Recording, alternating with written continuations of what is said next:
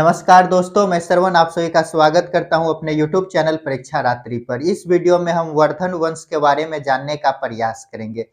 इस वीडियो में इसके हम बेसिक कॉन्सेप्ट को समझेंगे और अगले वीडियो में इस चैप्टर को पूरा कंप्लीट करेंगे।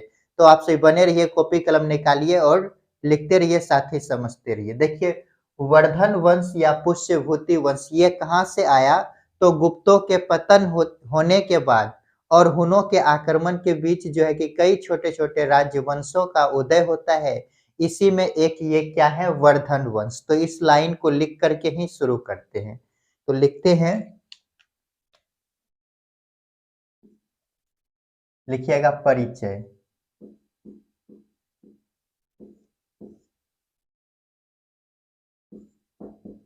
गुप्त वंश के पतन होने पर हुनों के आक्रमण के बीच कई छोटे-छोटे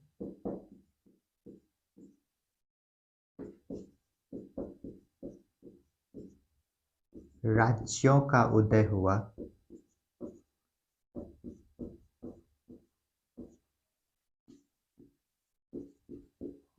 इसी में से पश्चिम भाग में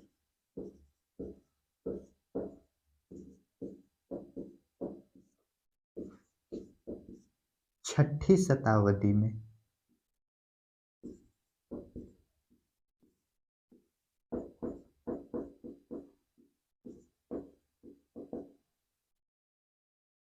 वर्धन वंश का उदय हुआ।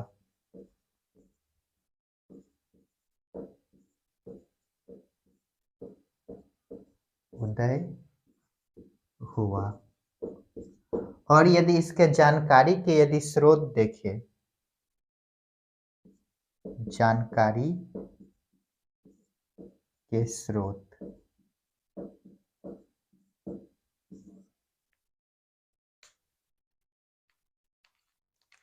वानभट्ट,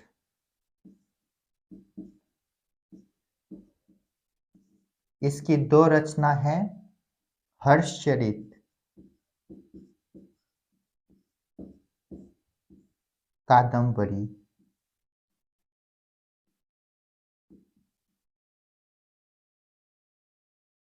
हुएनसांग,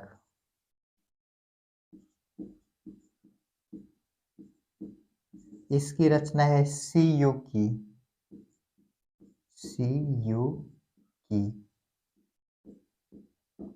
ये जो हुएनसांग है, इसे यात्राओं का राजकुमार कहा जाता है। इधर ब्रैकेट में लिख देते हैं, यात्राओं का राजकुमार। ये बहुत सारा यात्रा किए, इसलिए इसे यात्राओं का राजकुमार कहा जाता है। और पुलकेशिन द्वितीय,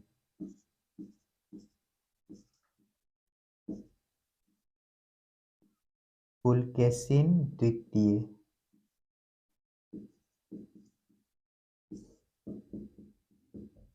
इसका ऐहोल अभिलेख है, ऐहोल अभिलेख। इससे हमें जानकारी क्या मिलती है? हर्ष के हार की जानकारी मिलते हैं। हर्ष के हार की जानकारी। कल्हन की रास तरंगिनी, कल्हन की राज तरंगिनी।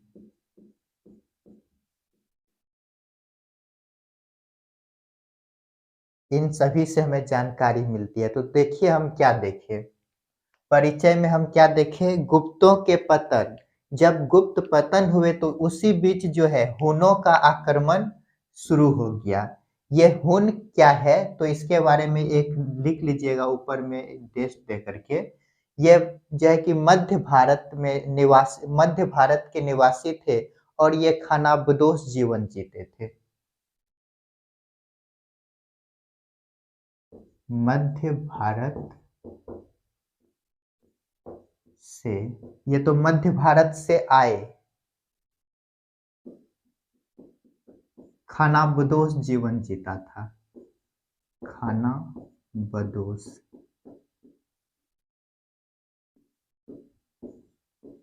जीवन जीता था। यानी कि ये खाना के लिए जो है कि एक स्थान से दूसरे स्थान तक जाते थे, भटकते रहते थे खाना के लिए, इसलिए इसे क्या कहा गया है, खानाबदोश। तो जो है कि इसी बीच क्या हुआ, हुनों का आक्रमण हुआ। हुन क्या है, तो खानाबदोश जाति है, खानाबदोश जाति लिख लीजिएगा, जाति है।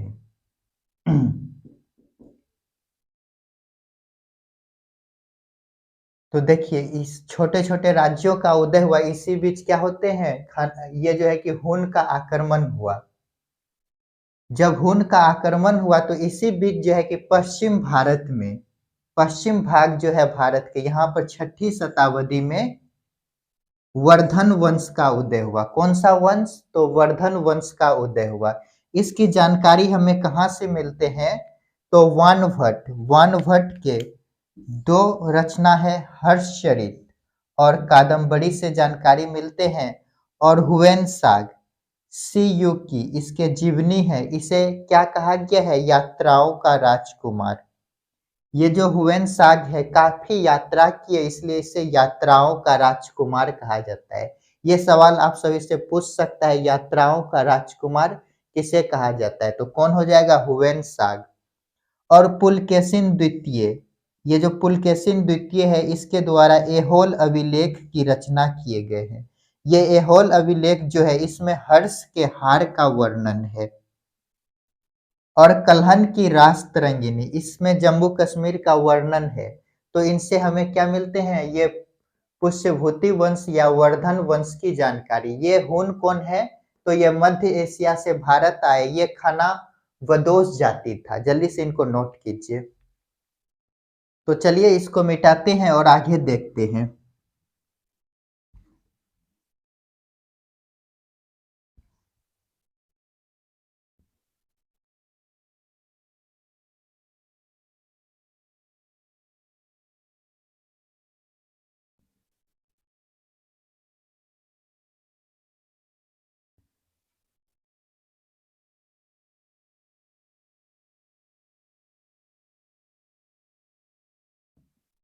एक मैप बनाते हैं और देखते हैं कौन सा शासक कहाँ पे इस समय था।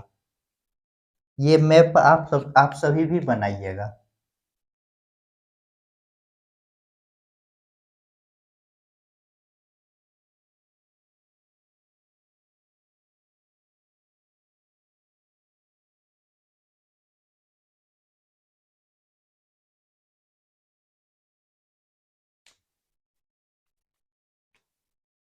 ये क्या है, तो ये मान लेते हैं बंगाल है।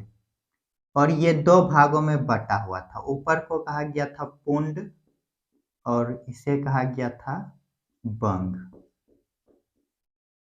ये पूरे क्या है, तो बंगाल। इसे उस समय गौर कहा जाता था। क्या कहा जाता था, गौर।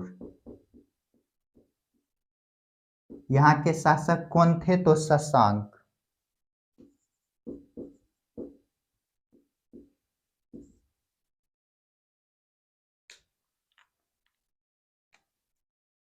और ये जो एरिया है, ये मान लेते विंध्य पर्वत है, विंध्य। और यहीं पर ये महाराष्ट्र जो है, MH लिखते हैं महाराष्ट्र। यहाँ पे चालुक्य वंश था।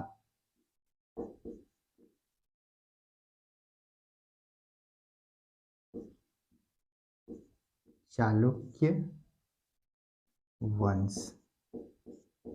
चालुक्य वंश में शासक कौन था, तो पुलकेशिन द्वितीय।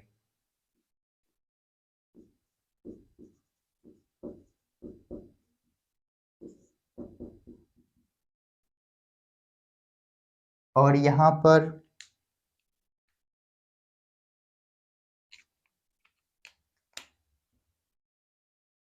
यहाँ पे था थानेश्वर, थानेश्वर वंश। यहाँ के शासक थे प्रभाकर वर्धन, प्रभाकर वर्धन।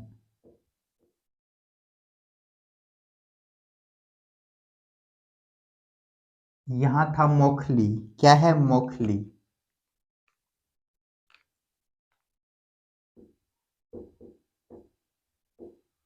यहाँ के शासक थे ग्रह वर्मा, ग्रह वर्मा।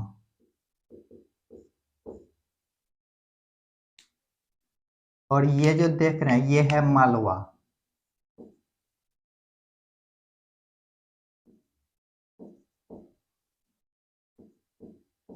यहाँ के शासक थे मदन वर्मा, मदन वर्मा। तो इसको पहले आप सभी एक बार फिर से समझिए। देखिए यहाँ पे क्या है, पूर्व में बंगाल, इसे क्या कहा जाता था, गौड़, गौड़। इसका यहाँ के शासक कौन थे, ये गौड़ है, शशांक। इसको दो भागों में ये विभाजित थे बंगाल। ये जो ऊपर साइड था इसे क्या कहा गया, इधर के साइड को पुंड, पुंड, और ये साइड जो है इसे बंग कहा जाता था। और यहाँ पर क्या देखे हम, थानेश्वर, यहाँ पे शासक कौन थे, प्रभाकर वर्धन। और यहाँ पर मोखली, यहाँ के शासक कौन है, ग्रह वर्मा। और इसके नीचे क्या है, मालवा, यहाँ के शासक कौन है, मदन वर्मा। और यहाँ महाराष्ट्र के क्षेत्र में चालुक्य वंश पुलकेशिन द्वितीय। तो अब आगे देखते हैं, ये जो पुष्यभूति वंश है इसके यदि संस्थापक देखें,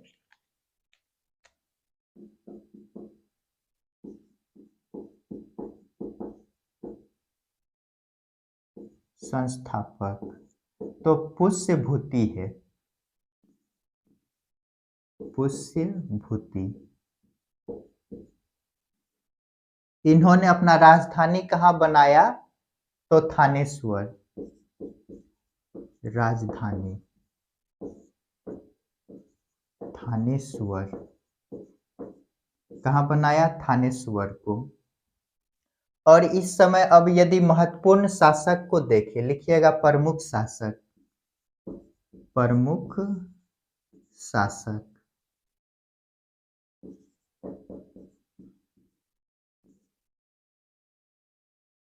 प्रमुख शासक में पहला लिखिएगा प्रभाकर वर्धन,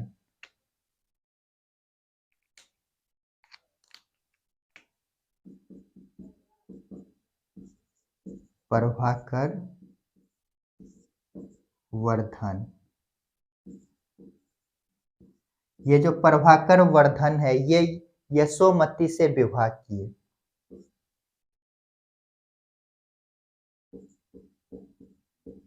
यशोमती से विवाह।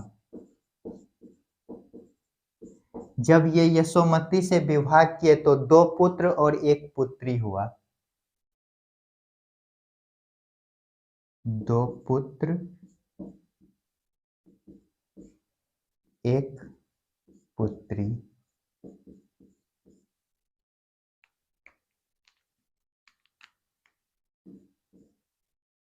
देखिए ये 2 पुत्र कौन कौन है,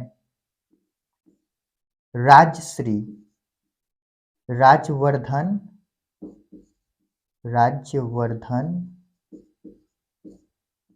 और हर्षवर्धन।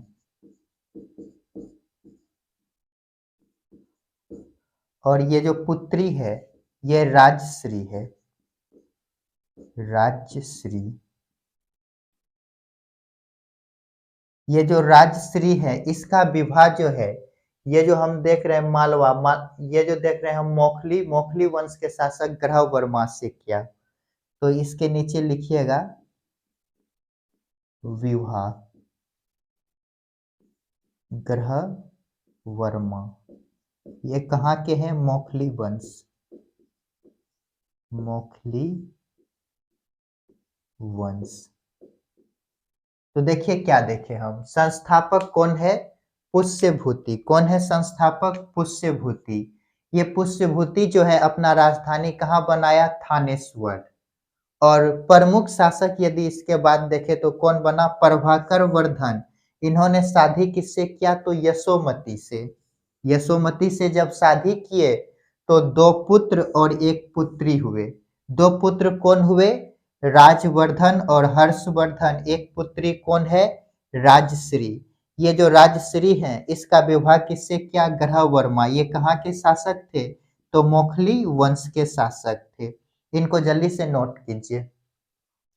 तो दोस्तों आज के लिए इतना ही। मिलते हैं नेक्स्ट क्लास में, जिसमें हम देखेंगे ये जो ग्रह वर्मा है इसका हत्या कैसे हुआ और राजश्री को कैसे बंदी बनाया गया और फिर ये राजश्री कैसे आजाद होती है। इन सभी के ऊपर हम कल डिस्कस करेंगे। तो आप सभी जो है कि खुश रहिए, पढ़ते रहिए, अपने माता पिता का सम्मान कीजिए और यदि मेरा वीडियो आप सभी को पसंद आता है तो लाइक शेयर कमेंट और साथ ही सब्सक्राइब कीजिए। मिलते हैं नेक्स्ट क्लास में।